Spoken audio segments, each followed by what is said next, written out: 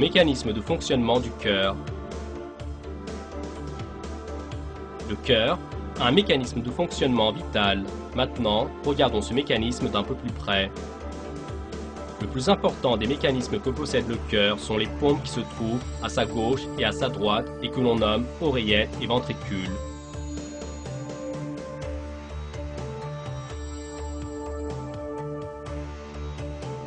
Transmettre aux organes et aux tissus le sang propre qui vient au cœur, cela incombe à l'oreillette et au ventricule qui se trouve à gauche. Quant au ventricule droit et l'oreillette droite, ils sont chargés de transmettre le sang sale aux poumons afin d'être nettoyés. Lorsque le sang propre atteint le cœur, il remplit d'abord la petite pompe en haut, c'est-à-dire l'oreillette gauche. De là, il est transféré à la grande pompe en bas, c'est-à-dire le ventricule gauche. Et de la même manière, le sang sale est transféré vers le bas de l'oreillette droite au ventricule droit. Ici, tout doit être fait dans l'ordre. Si cet ordre est défait, soit le cœur ne pourra absolument pas pomper le sang dans le corps, soit il va forcer de manière excessive.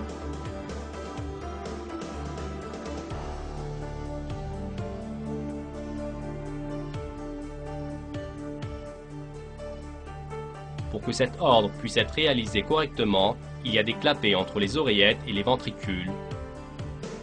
Ces clapets s'ouvrent d'un seul côté dans le sens de circulation du sang.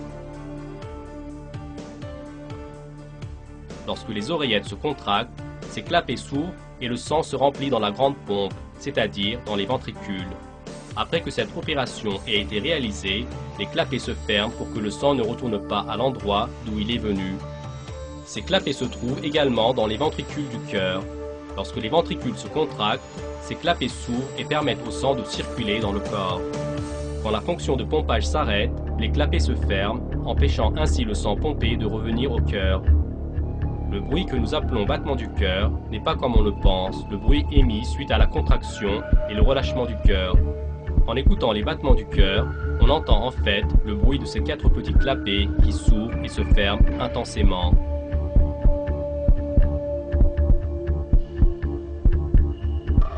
Cette structure supérieure qui possède ce système magnifique nous prouve que le cœur et le système de circulation qui se trouve à l'intérieur du cœur ne sont pas formés par hasard et qu'ils ont été créés par une force supérieure.